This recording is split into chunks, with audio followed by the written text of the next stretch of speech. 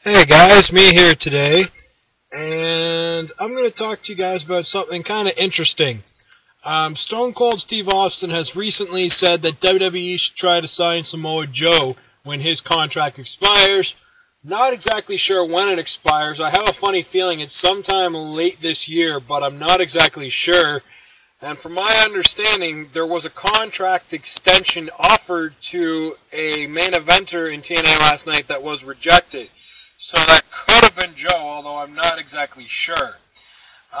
Samoa Joe does not really want to go to WWE, but he will if the money is right.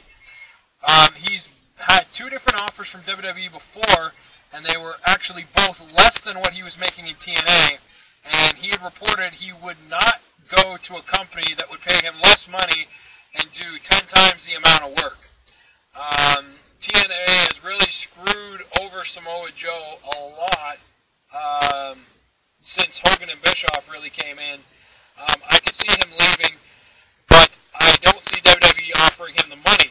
At least I didn't see WWE offering him the money. Now apparently Stone Cold Steve Austin is very vocal about bringing Samoa Joe into WWE. So if that's the case, well, let's back up just a sec, because if Samoa Joe was going to be in WWE, most figure he'd be a tag team partner of Umaga when he was still around. And that actual idea came from TNA at first, when they were when they were going to wind up, and they eventually did call it the Nation of Violence, which was actually going to be managed by Taz for a short time. It was actually you'd see the return of Umaga in TNA, when he was known as ECMO. You're going to see ECMO and Samoa Joe as a tag team. That was what the whole Nation of Violence thing was about. But, sadly it did not happen. But if Stone Cold Steve Austin really wants to bring Samoa Joe into WWE, and he's really kind of pushing for it when that happens, I think we will see Joe in WWE with a good contract.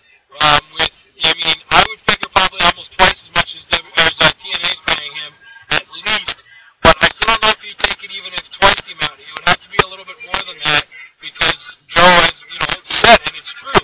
Why would you go to a company that's going to give you more work unless the price matches? I mean, say you're making $1 million a year in TNA, is it worth it to go to WWE to make $2 million a year? No, it's really not, because it's like 10 times the amount of work. If I was making $1 million in TNA, I'd like to see $3.5 million a year in WWE before I'd sign. Then to me that would be worth it.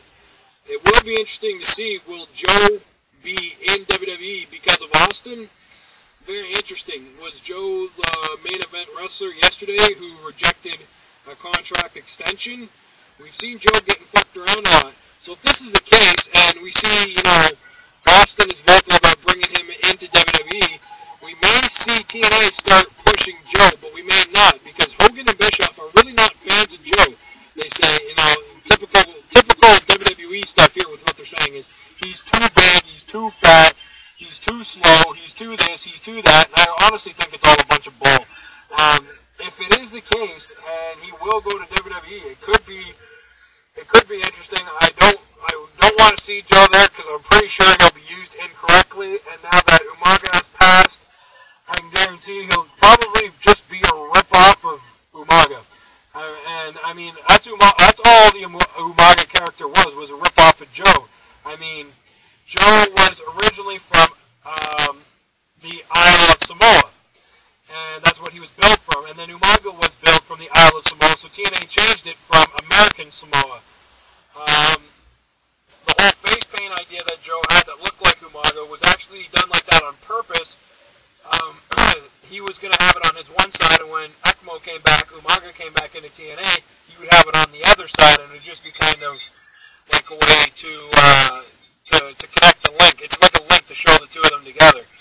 But very interesting, and I just thought I'd point that out to everybody.